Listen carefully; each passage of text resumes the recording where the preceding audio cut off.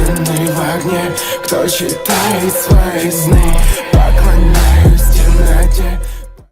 When I was born in London, the sewing machine had just been introduced into the world. Before I was in my teens, dynamite became a reality. And when I married my first wife, the only things with wings were natural, with airplanes far in the future. I fought the First World War with gray hair, and I watched the second one pass with a cane in my hands. By the time the nuclear bomb had dropped, I thought I'd seen it all, and that I'd soon be joining the fallen soldiers in the afterlife. I was wrong, and I found that out on the day my wife died, in 1947. We both exceeded our life expectancies until one winter morning, her body grew cold next to me. Her breathing stilled, the light in her eyes extinguished. From the back of her gray hair, I could almost pretend she was still alive. And for an hour, I did, my eyes welling up in tears as I realized that without her, my life was no longer worth living. So I walked to my dresser, and I reached into the top drawer, my wrinkled hands searching towards the back, shaking as they found the cold metal wrapped in old rags, and pulling out the loaded revolver. I made my way back to my bed, slipping back on the covers, laying next to my wife, this time forever. Raising the gun to my temple, I felt no hesitation. I was done here on earth, finished, my purpose complete, and with the failing of my physical and slowly of my mental facilities, I prefer to die than deteriorate. I was almost excited to pull the trigger, and when I did, I was met with only one sound. Click. I frowned, checking the cylinder to make sure each of the slots had a bullet.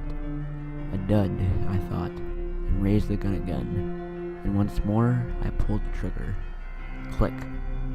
Click, click, click, click, click, click. One for each of the bullets, all of them failing their duty. So I moved on to the medication the doctors had prescribed to me in my final years, downing several multiples of their recommendations until darkness overtook me.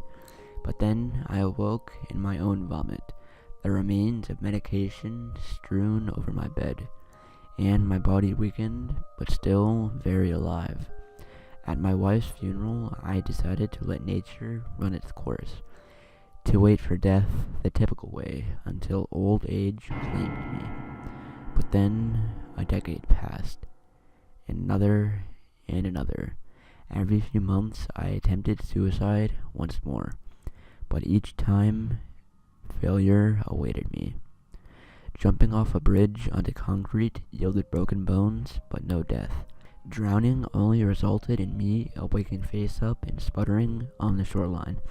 Suffocating myself always ended in an unexpected leak where fresh air was able to enter and revive my starving cells. No reputable scientist believed my claims, nor did doctors, though often perplexed, and every year more of me deteriorated. I lost a foot to diabetes, the nerves on my right hand failed, my eyes have long lost their once sharp vision. By the 80s, I was completely deaf. By 85, I could no longer stand. And by the early 2000s, my thoughts came slow but still conscious. Simply writing this took 3 weeks, my focus waning in and out, my misspellings so frequent that my friend could barely transcribe this passage. And it wasn't until just last week that I finally heard a scientific explanation of what was occurring to me, explained by the same friend who transcribed this for me. There was a theory in science that stated that so long as there was a chance for someone to stay alive, that they would stay alive, that due to infinite possibilities and infinite universes, there would always be a version of me that never dies, that though 99% of the universes with me in them die with every suicide attempt, only the 1% of the times where I survived mattered, because so long as there was a sliver of chance that I could be alive, there is a version of me that would be alive. That because I'm only conscious in the universes where I'm alive, none of the other universes mattered. That they collapsed somehow, that they didn't matter. Though I didn't quite understand it, he assured me that this theory, quantum immortality, could be very real, and with my age as proof that it is real. What's terrifying for you is not that I'm experiencing immortality. It's that you will too, but you won't know until the years slip by and death never claims, especially since the universe that you will experience this is astronomically not likely this one, so you never have read this. You won't know until it happens, and you can't escape.